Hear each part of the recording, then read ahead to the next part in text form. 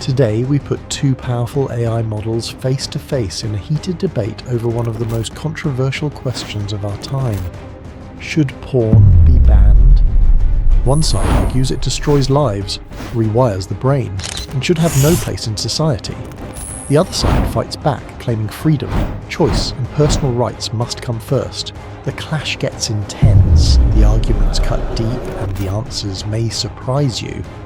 The debate begins with this question: should porn be banned or not? Porn does not just entertain, it rewires the brain. Studies, testimonies, and countless real stories show people lose the ability to enjoy normal relationships because porn trains them to expect extreme acts and endless novelty. This leads to addiction, broken families, and even erectile dysfunction. Porn harms society. It normalizes violence, treats women as objects, and spreads unrealistic expectations. Many performers themselves admit they faced trauma, coercion, or regret. Calling it choice ignores the machine behind it, an industry that profits by selling intimacy without responsibility. Children are exposed far too easily. A curious 11-year-old with a phone can stumble into hardcore content that shapes their ideas of sex before they even understand love, respect, or consent. Parents cannot guard against it all.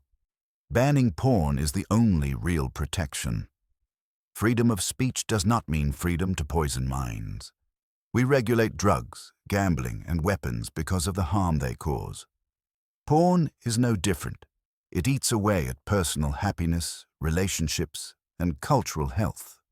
A society built on love, trust, and healthy families will always be stronger than one numbed by screens and pixels. That's why porn should not be defended. It should be banned. Banning pornography is a drastic solution that creates more harm than it solves. It's an attack on personal freedom and the right of adults to make their own choices. First, let's talk about addiction. While some people do struggle with compulsive use, that is a health issue that needs support and treatment, not a crime. We don't ban alcohol or junk food because some people have problems with them. The answer is individual responsibility and access to help, not punishing everyone. Ban would be a disaster for safety. It wouldn't make porn disappear. It would just create an unregulated underground black market. This would put performers in greater danger with no legal protections and hand control over to criminals. Regulating the industry to ensure safety and consent is a far better approach than prohibition, which history has shown fails. Protecting children is vital, but a ban is not the best way. We can use technology like age verification systems and empower parents with better tools and education. Teaching kids about consent and healthy sexuality is more effective than trying to hide a part of the world from them. Finally, this is a free speech issue. Allowing the government to ban content it doesn't like is a dangerous road. Adults in a free society have the right to watch, read, and create what they choose, as long as it's consensual. The real poison is censorship, not personal choice. You say banning porn is an attack on freedom, but freedom without limits destroys society. Look at what porn is really doing. It is breaking men and women, twisting love into lust, and teaching young people that bodies are just tools. Stars themselves often admit they are not happy. Many face trauma, regret, and pain. If the very people inside the industry are hurt, how can you defend it? You compare porn to alcohol or junk food, but there is a big difference. Alcohol doesn't show a child at age 10 how to treat women like objects. Junk food doesn't destroy marriages or make people unable to feel love. Porn does. It changes the brain, creates addiction, and kills real relationships. You also say banning won't work, that it will just go underground. But this is the same excuse people use for every harmful thing. Should we allow poison in the open just because criminals may sell it in secret? Number. We ban it to protect the majority, especially the young. As for free speech, freedom is not about destroying values. If freedom means letting kids grow up addicted to fake sex, women treated as objects, and families fall apart, then that freedom is poison. Society is built on strong families, trust, and real love. Porn eats all of that. Supporting it is not protecting freedom, it is helping destroy the very base of human life. Calling all performers victims is a huge mistake that ignores their own words. Many see themselves as professionals with a strong work ethic, proud of what they do. They argue they are taking control of their bodies and their finances. This isn't destroying the youth. For some, it's a legitimate and empowering career choice. The argument that porn is uniquely poisonous ignores the real issue, a lack of education. We live in a society that is afraid to talk honestly about sex. If we taught young people the difference between fantasy and reality, and focused on consent and communication, porn would lose its power to rewire brains in a negative way. The problem isn't the videos, it's the silence and shame around them. A ban will not protect people, it will hurt them. It drives a legal industry into the dark, where criminals take over and performers have no safety. The solution is not to hide, but to educate. Trust adults to make their own choices, support performers with labour rights, and teach children about healthy relationships. Banning porn is a lazy solution that punishes everyone instead of tackling the real problems of stigma and poor education. You say performers are empowered, but that ignores what really happens after the cameras turn off. If this career is so powerful and positive, then why do so many stars leave it broken, struggling with depression or unable to build stable families later? If empowerment is real, why do they hide their work from parents, children, and future partners? True empowerment doesn't need to be hidden in shame. And about education, let's be honest. No class or talk can undo what a teenager sees at 12 when he finds hardcore clips on his phone. That image sticks forever. You can't unsee it. Teaching fantasy versus reality won't erase the damage. I have a question. If porn is truly just a career choice like any other, then why do so many people who consume it admit it ruins their mental health, sex lives, and ability to feel normal intimacy? Why does this career create addiction in viewers instead of balance? The shame you talk about isn't caused by the work, it's caused by society's judgment. Performers feel broken because they are shunned. They lose family, struggle to find doctors, and are treated like outcasts. It's the stigma that hurts them, not the job itself. We create the poison by judging them, then blame them for feeling its effects. People can also become addicted for the same reason: shame. When society treats sex as a dirty secret, people consume porn in secret. This cycle of guilt and release is what can fuel compulsive behaviour, not the videos themselves.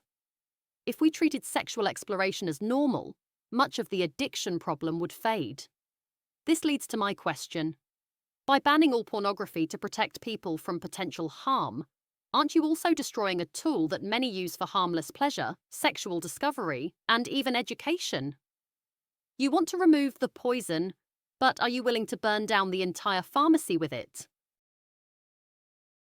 You call porn a pharmacy, but in reality it's closer to street drugs, cheap, addictive, and sold to numb people instead of heal them. A pharmacy gives medicine, porn gives poison wrapped in pleasure. Saying it's education is like saying fast food teaches nutrition.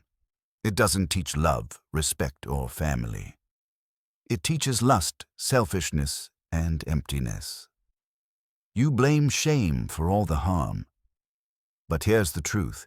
Even in the most sex-positive cultures, porn users still report broken relationships, depression, and loss of real intimacy. That's not because society judged them. It's because porn trains the brain to chase pixels instead of people. If shame were the only problem, then porn addicts wouldn't exist in places where porn is normalized. But they do. And let's be real. If porn is so harmless, why do millions of men say they wish they never started? Why do so many women say they can't find loyal partners because guys are lost in porn? Why do so many performers themselves walk away with regret, trauma, or silence? You don't hear retired doctors, teachers, or engineers say, "I wish I never worked." But stars, they say it all the time. You ask if I'm willing to burn the pharmacy. My answer, yes. Because it's not a pharmacy. It's a drug house selling dopamine hits at the cost of real human connection. Destroying it isn't burning medicine. It's cleaning the streets. Porn doesn't free people. It chains them. And the saddest part? Supporters call it choice, while ignoring the broken hearts, addicted minds, and wasted lives left behind. That's not empowerment. That's destruction. Calling porn a street drug is a scare tactic, and frankly, a lazy one. It's more like a kitchen knife. In the right hands, it can help create a wonderful meal. In the wrong hands, it can cause harm. Your solution is to ban all knives from every kitchen because a few people might misuse them. It's an absurd overreaction that treats every adult like a reckless child. You blame porn for breaking families, but you're ignoring the real problems that were already there. Porn doesn't create cheaters, it just gives them a new tool. It doesn't kill intimacy in a healthy relationship. It becomes a scapegoat for couples who already stopped talking to each other. You're blaming the symptom, not the disease.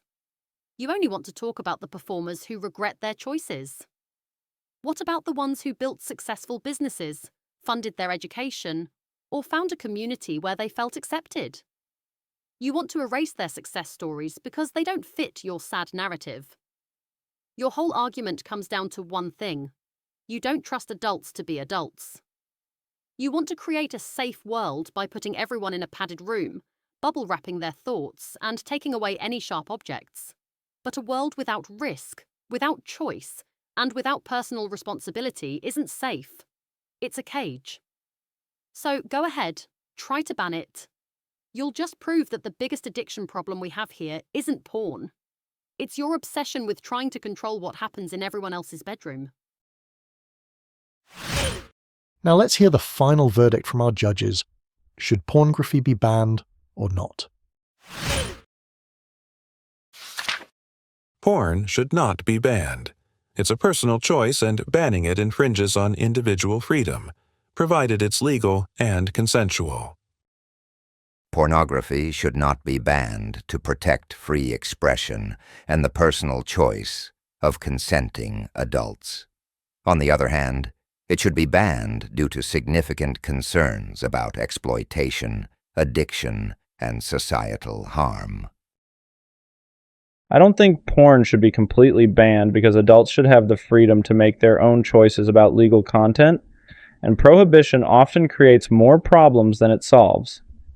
However, I do think there should be strong regulations around age verification, ethical production standards, and protecting minors from access. Yes, it should be banned. It is an exploitative industry that causes significant harm to individuals' mental health and fuels human trafficking and abuse. Yes, porn should be banned because it destroys real love, damages young minds, and weakens families. A society addicted to pixels cannot build strong human connections. If you enjoyed this video, don't forget to subscribe to Unbiased. I'll see you in the next one. Take care